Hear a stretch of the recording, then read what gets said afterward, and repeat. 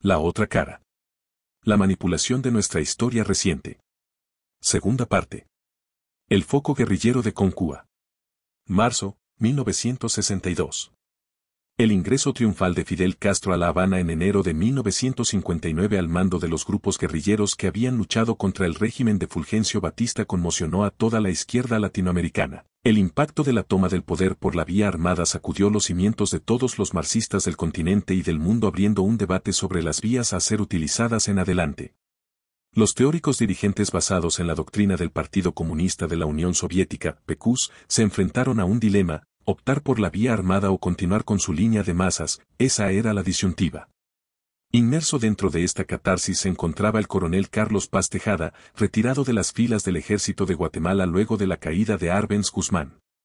Paz Tejada había tenido una trayectoria que lo había llevado a ocupar diferentes puestos en la institución armada y la administración pública hasta que fue nombrado como jefe de las Fuerzas Armadas durante el gobierno de Juan José Arévalo, 1945-1951, y ministro de Comunicaciones del gobierno de Arbenz, 1951 a 1954.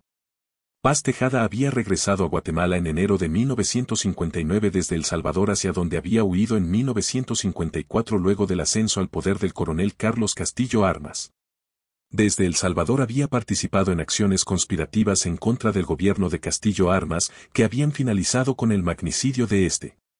Ya en Guatemala, también participó en la conspiración de la Sociedad del Niño Jesús que fraguó el levantamiento armado en contra del gobierno de Idigoras Fuentes, y culminó con el movimiento del 13 de noviembre de 1960. De este movimiento Paz Tejada fue finalmente marginado por haber demostrado una obsesiva admiración hacia la Revolución cubana y sus dirigentes, haciendo énfasis en la forma en que había triunfado.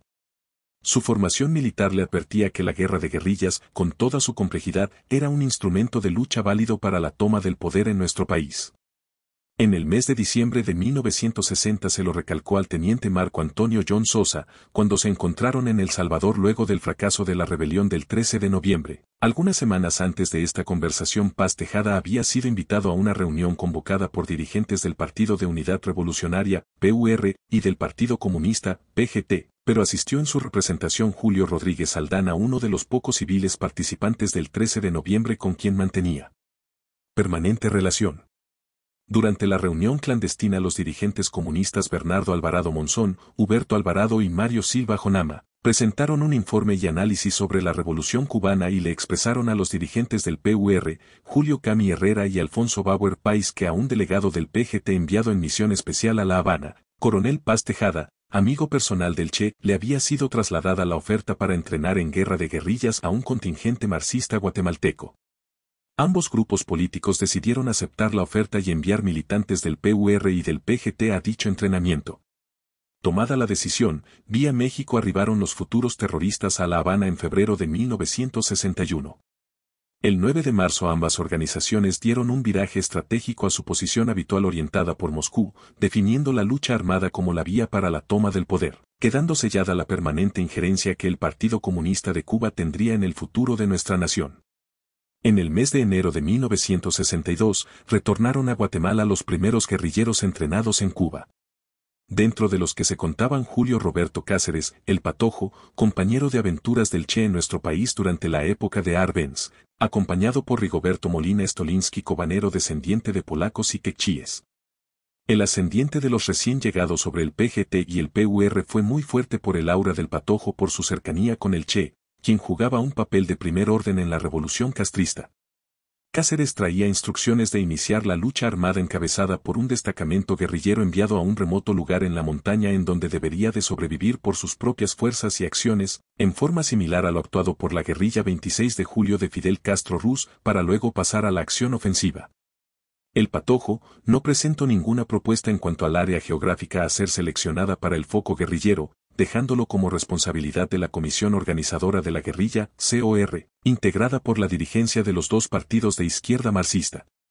Paz Tejada, basado en su teórica experiencia militar, pensaba en una guerra corta al igual que los dirigentes del PGT y del PUR, y años más tarde, para justificar el fracaso de la guerrilla en Concúa, haciendo gala de su tradicional doble moral, dirían: Esa guerrilla la armamos como factor de distracción en relación a los sucesos de marzo y abril, manifestaciones de los grupos estudiantiles y obreros dirigidos por el PGT, dejando claro que la decisión de enviar en forma precipitada a una zona inexplorada a bisoños guerrilleros obedecía únicamente a sus intereses coyunturales.